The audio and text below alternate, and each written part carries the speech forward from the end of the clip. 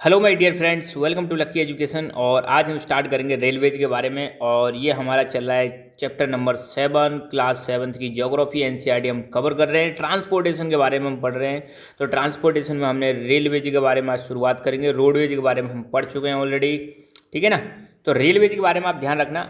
पहले तो means of transport आपको पता होनी चाहिए, कितने मीन्स हैं ट्रांसपोर्ट के, कितने साधन हैं, कितने प्रकार से हम जा सकते हैं एक जगह से दूसरी जगह। तो हम रोड के थ्रू जा सकते हैं, हम रेल के थ्रू जा सकते हैं, पानी के थ्रू जा सकते हैं और हवा के थ्रू भी जा सकते हैं। तो ऐसे ही करके हमने ट्रांसपोर्टेशन का क्लासिफिकेशन किया है। तो रोडवेज के बारे में ऑलरेडी बता चुका हूँ। आज हम रेलवेज पर फोकस करेंगे। आई होप आप सब लोग जनरली एक बार तो अपनी लाइफ में ज़रूर रेल में बैठे होंगे, ट्रेन आपने देखी होगी।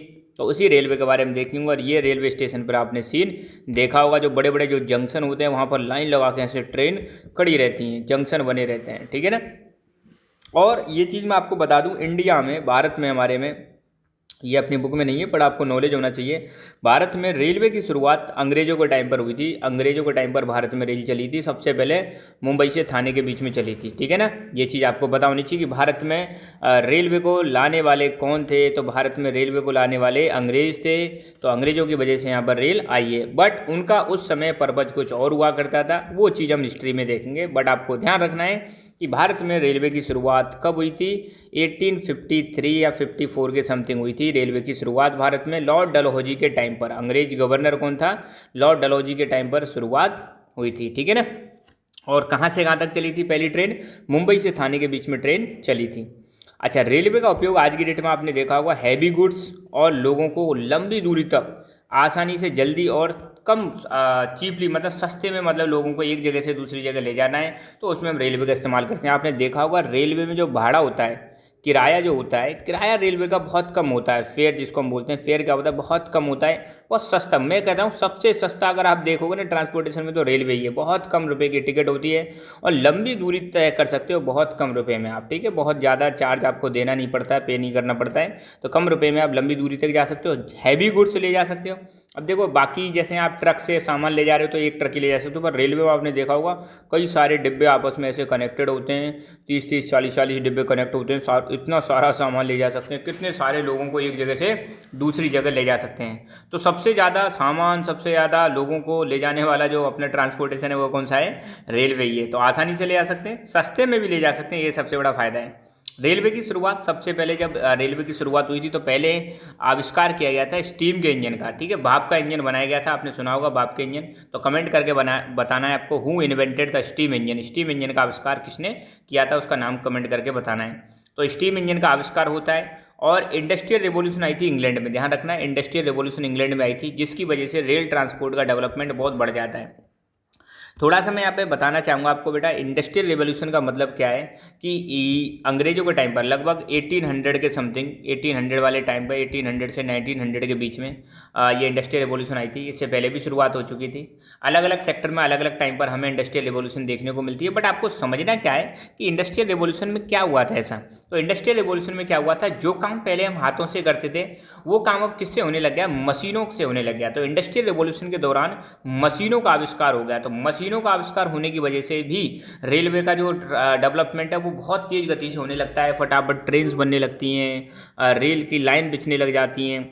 तो इंडस्ट्रियल रिवॉल्यूशन आने से काम आसान हो गया और रेलवे का डेवलपमेंट भी बहुत तेज़ गति से होता है। शुरुआत में जो रेल के इंजन बने थे वो स्टीम वाले इंजन थे, भाप के इंजन थे, कोयले से चलते थे, आपने देखा होगा गदर मूवी में। फिर डीजल के इंजन आ गए। अच्छा, रेल के इंजन को हम बोलते हैं लोकोमोटिव। क्या बोलते हैं, लोकोमोटिव बोलते हैं। ये चीज़ आप ध्यान रखना, लोकोमोटिव, ठीक है ना। तो डीजल का इंजन आता है। फिर बाद में इलेक्ट्रिक इंजन आ गए, बिजली से चलने वाले इंजन आ गए। तो डीजल और इलेक्ट्रिक इंजन ने बदल दिया किसको, स्टीम इंजन को बदल दिया। मगर शुरुआत में जो रेल के इंजन हुआ करते थे वो किसके हुआ करते थे, स्टीम से चलते थे, भाप से चलते थे, कोयले से चलते थे, ठीक है ना। और आज की डेट में तो आपने देखा होगा सुपर फास्ट ट्रेन भी आ चुकी हैं, बहुत तेज़ गति से आपको ले जाती हैं, तूफान की तरह, मतलब ले जाएंगे। बुलेट ट्रेन जिनको हम बोलते हैं, ठीक है। तो कई सारे कंट्रीज में बुलेट ट्रेन भी चल गई हैं। ये है आपका स्टीम का इंजन। ऐसे मतलब पहले दिखते थे स्टीम के इंजन। ये स्टीम का इंजन है, ठीक है। ये आपका डीजल वाला इंजन है, जो धुआं देते हुए चलते हैं, बहुत खतरनाक धुआं देते हैं जब स्टार्ट होते हैं। ये आपका डीजल इंजन, जिसको हम लोकोमोटिव बोलते हैं। और इसका जो ड्राइवर होता है रेलवे का, उसको हम बोलते हैं लोको पायलट। क्या बोलते हैं, लोको पायलट। ये आपका है इलेक्ट्रिक इंजन। जो बिजली से चलता है, ऊपर तार हैं और ये इसका एंटीना है। तो इस एंटीना से क्या करती है, ये बिजली आती है अंदर और फिर इसमें मोटर लगी रहती है, वो चालू हो जाती है और ट्रेन चलती है। बुलेट ट्रेन, ये बुलेट ट्रेन है, जापान का सीन है। जापान में बुलेट ट्रेन चलती है, चाइना में बुलेट ट्रेन चलती है, बहुत तेज़ गति से बुलेट ट्रेन चलती हैं।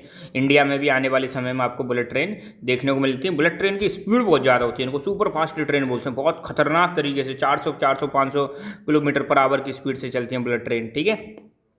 तो ध्यान रखना, रेलवे इंडिया में सबसे ज़्यादा इसका जो डेवलपमेंट है वो आपको प्लेन एरिया में देखने को मिलेगा। जो प्लेन्स ऑफ गंगा है वहाँ पर आपको ज़्यादा रेलवे का डेवलपमेंट देखने को मिलेगा। और हमारे पास आज की डेट में टेक्नोलॉजी इतनी ज़्यादा आ गई है हमारे पास कि इस टेक्नोलॉजी की वजह से जो हिमालयन रीजन है, माउंटेन वाला रीजन है, वहाँ पर भी हमने रेलवे को पहुँचा दिया है, ठीक है। हालांकि वहाँ पे जो ये रेलवे की लाइन होती है इनके बीच में डिस्टेंस कम होती है, ठीक है ना। ये जो पटरी होती है ना, पटरियों के बीच में दूरी कम रहती है बाकी की तुलना में। तो माउंटेन एरिया में भी रेल का डेवलपमेंट हो चुका है बिकॉज ऑफ टेक्नोलॉजिकल स्किल्स की वजह से। इतनी ज़्यादा टेक्नोलॉजी हमने अचीव कर ली है। और इंडिया का जो रेलवे है वो एशिया में लार्जेस्ट पाया जाता है, मतलब लार्जेस्ट की कैटेगरी में लार्जेस्ट है, एज पर एनसीईआरटी लार्जेस्ट है एशिया में इंडिया का जो रेलवे का नेटवर्क है, ठीक है। और इंडिया में मेट्रो सर्विस भी स्टार्ट हो चुकी है। कई शहरों में आपने देखा होगा, शहरी शहर के अंदर जो सर्विस चलती है उसको मेट्रो सर्विस बोलते हैं। और ये न्यू दिल्ली, जयपुर, कोलकाता, लखनऊ आदि आदि शहरों में मेट्रो सर्विसेज स्टार्ट हो चुकी हैं। और वेस्टर्न यूरोप और ईस्ट सेंट्रल यूएसए, यूरोप और ये जो यूएसए अमेरिका है, यहाँ पर रेलवे का डेंसेस्ट नेटवर्क पाया जाता है। मतलब सबसे ज़्यादा ट्रेन आपको इसी एरिया में देखने को मिलेंगे, क्योंकि ये एरिया है वर्ल्ड का मोस्ट इंडस्ट्रियलाइज्ड रीजन। यूरोप का वेस्टर्न भाग और सेंट्रल ईस्टर्न भाग किसका, यूएसए का, ये सबसे ज़्यादा इंडस्ट्रियलाइज्ड पार्ट है। मतलब यहाँ पर बहुत सारी इंडस्ट्रीज पाई जाती हैं, इसलिए चीज़ों को एक जगह से दूसरी जगह मूव करने के लिए रेलवे की ज़रूरत पड़ती है। और ये बहुत इंपॉर्टेंट क्वेश्चन है कि दुनिया का सबसे लंबा रेलवे लाइन कहाँ पर है, दुनिया की सबसे लंबी रेलवे लाइन। तो आपको बताना है, दुनिया की सबसे लंबी रेलवे लाइन है रशिया में, जिसको हम बोलते हैं ट्रांस साइबेरियन रेलवे। ये वर्ल्ड की लॉन्गेस्ट रेलवे लाइन है, जो रशिया के सेंट पीटरबर्ग और मॉस्को जो कि वेस्ट में है उसको कनेक्ट करती है व्लादिवोस्टोक जो कि पैसिफिक कोस्ट ईस्ट में है। यहाँ पर आपको मैं मैप दिखाता हूँ, ये है रशिया, रशिया के नीचे मंगोलिया, यहाँ पे चाइना, और यहाँ पे है कोरिया, यहाँ पे है जापान, और ये है चाइना, अफगानिस्तान, ईरान, ठीक है। तो आप देखोगे रशिया में यहाँ पर दो शहर दिखा रखे हैं, एक तो है सेंट पीटर्सबर्ग और मॉस्को, ये है आपके वेस्ट साइड में। इधर ईस्ट साइड में यहाँ पे एक शहर है व्लादिवोस्टोक। तो यहाँ से यहाँ तक मतलब इसको कनेक्ट कर रखा है, दुनिया की सबसे लंबी रेलवे लाइन है और इसकी लंबाई लगभग है 9259 किलोमीटर। सोचो इतनी सारी मतलब डिस्टेंस है, इस डिस्टेंस को कवर करती है रेलवे लाइन। तो दुनिया की सबसे लंबी रेलवे लाइन जिसको हम बोलते हैं ट्रांस साइबेरियन रेल रोड, ठीक है ना। तो यहाँ पर हमारा रेलवे का टॉपिक खत्म हुआ। So thank you so much, keep learning, keep enjoying and God bless you all.